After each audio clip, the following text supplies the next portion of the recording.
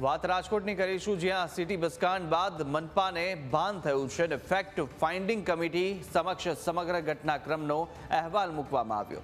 અહેવાલ તેમજ નિષ્ણાંતોના અભિપ્રાય લઈ તપાસ શરૂ કરવામાં આવશે અને આગામી દિવસોમાં સ્થળ તપાસ તેમજ બસની તપાસ પણ કરવામાં આવશે. કમિટીએ પ્રાથમિક રિપોર્ટ 1 મહિનાની અંદર આપવાનો રહેશે. એક સાથે 4 લોકોના મૃત્યુ બાદ મનપાએ ફેક્ટ ફાઇન્ડિંગ કમિટીની રચના કરી છે અને ગઈકાલે સાંજે ફેક્ટ ફાઇન્ડિંગ કમિટીની પહેલી બેઠકમાં ઘટનાક્રમનો અહેવાલ પણ રજૂ કરવામાં આવ્યો છે. તો ફેક્ટ ફાઇન્ડિંગ કમિટીમાં મનપાના અધિકારીઓ, ઇજનેરી કોલેજના નિષ્ણાંતો તેમજ ઉચ્ચ પોલીસ અધિકારીઓનો પણ સમાવેશ કરવામાં આવ્યો છે.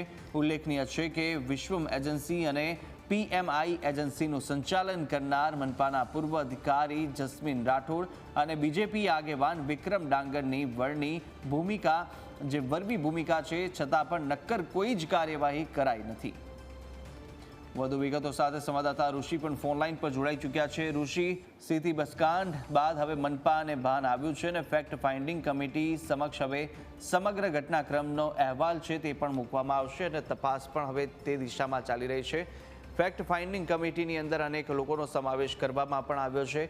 શું વિગતો મળી રહી છે? ફેક્ટ ફાઇન્ડિંગ કમિટી જે છે તે કમિટી હાલમાં તો અત્યારે પ્રાથમિક તબક્કે કામ કરવાની શરૂઆત કરી દીધી છે, પરંતુ જે રીતે ઘટનાક્રમની વાત કરવામાં આવે તો સમગ્ર અહેવાલ બનાવવામાં આવી રહ્યો છે. ઘટનાક્રમ જે સમગ્ર બનાવીને જે ફાઇન્ડિંગ કમિટી સમક્ષ મૂકવામાં આવી રહ્યો છે, પરંતુ આ ફેક્ટ ફાઇન્ડિંગ કમિટી માત્ર નાટકરૂપી કમિટી હોય તે પ્રકારનું સ્પષ્ટપણે સામે આવી રહ્યું છે.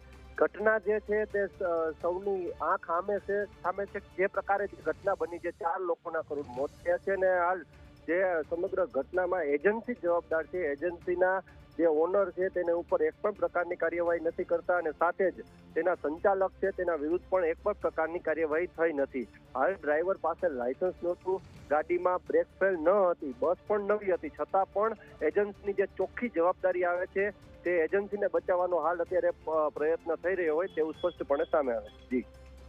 જી ઋષિ, માહિતી સાથે જોડાવા બદલ આપનો આભાર.